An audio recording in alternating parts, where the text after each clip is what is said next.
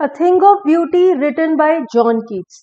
ये जो पोएम है ये क्लास 12 के इंग्लिश के सिलेबस में है, फ्लेमिंगो बुक से है, पोएम 4। और आज हम इसकी समरी देखेंगे और बहुत ही आसान शब्दों में इस पोएम को समझने की कोशिश करेंगे। Hello everyone, I am Ruchika from English academy.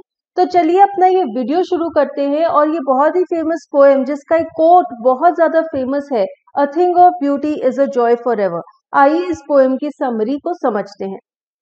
A Thing of Beauty is a poem taken from the poem titled Endymion, a poetic romance written by the famous poet John Keats.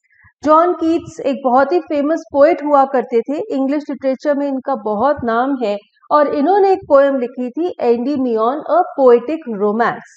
उसमें से ये हिस्सा लिया गया है जो कि अ थिंग ऑफ ब्यूटी पोएम हमारे सामने है। The poet says that a beautiful thing is a source of endless joy. It has eternal beauty which never fades away. A beautiful thing is like a shady shelter that gives us a sleep full of sweet dreams, good health and relaxation.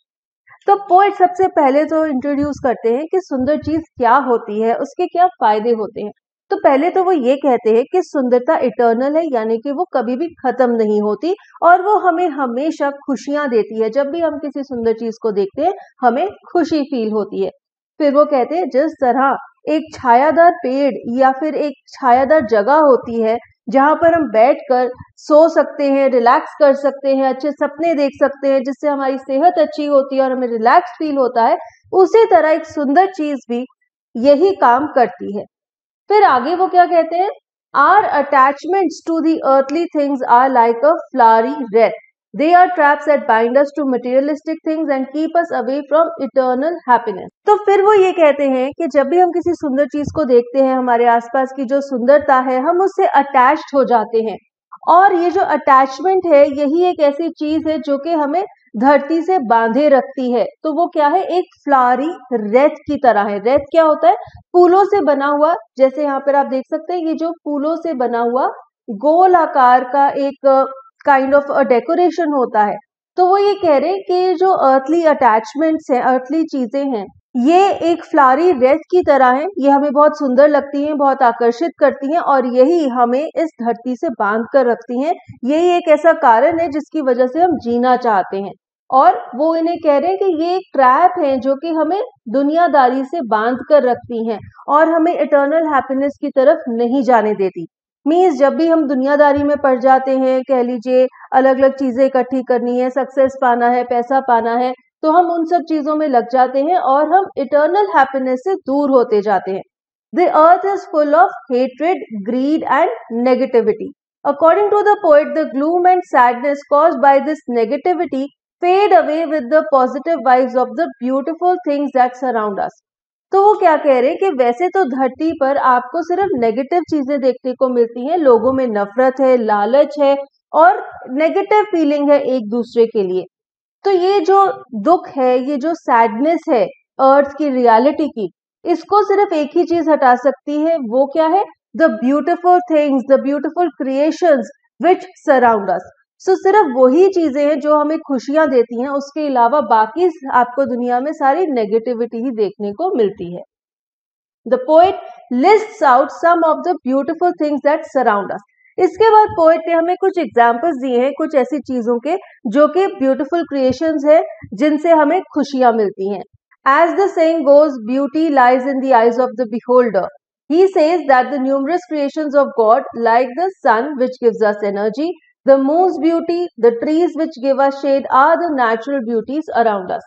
अब जैसे कि बहुत ही famous कहावत है, beauty lies in the eyes of the beholder. Means जो देखने वाला है वही किसी चीज को डिटरमिन करता है कि वो सुंदर है या नहीं है। उसे अगर वो चीज सुंदर लगती है तो वो चीज सुंदर है।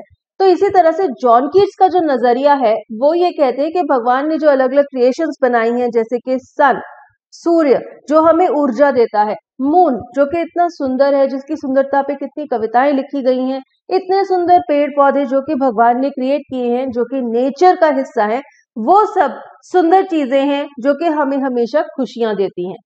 फिर फर्दर वो कहते हैं, the various animals like the sheep that surround us make a world lively. The pretty flowers like daffodils make the world green and lively.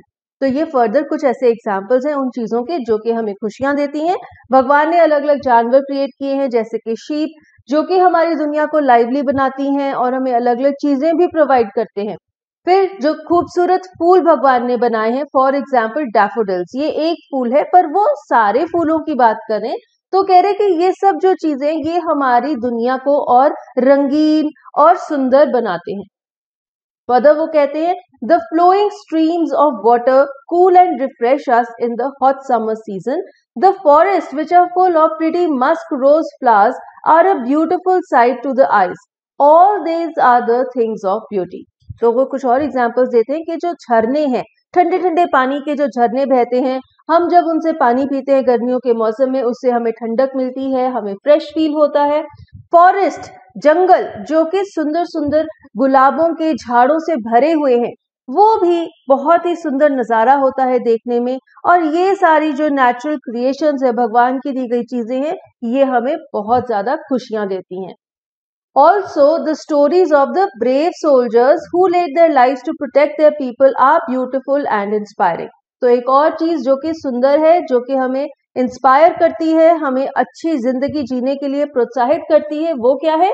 हमारे जो ब्रेव सोल्जर्स हैं, जिन्होंने अपनी जान पर खेलकर बहुत बहादुरी के काम किए हैं, उनकी कहानियां भी बहुत सुंदर हैं। These beautiful things are like a fountain of immortality bestowed upon us by God. They inspire us to live on and maintain our faith in goodness. तो भगवान की बनाई गई ये जो अलग अलग क्रिएशंस हैं, ये क्या है? ये एक बहुत ही अच्छा वरदान है हमारे लिए। जैसे हम कहते हैं ना, एक अमृत है, तो ये एक अमृत की धारा है जो हम पर भगवान ने बरसाई है, और ये ही हमें मदद करती है ताकि हम इस बुरे दुनिया में, इस बुराई से भरी हुई दुनिया में एक जीवन जी सकें और खुशियां पा सकें। और इन सब चीजों को देखकर हमें ये लगता है कि आज भी दुनिया में अच्छाई मौजूद है। इसके साथ ही हमारी ये पोएम की समरी कंप्लीट हो जाती है। आई होप आपको अब पोएम इजीली समझ में आ जाएगी। अगर फिर भी कोई डाउट्स है तो आप कमेंट्स में लिख सकते हैं। And with this is Ruchika signing off. Till we meet next, take care and good bye.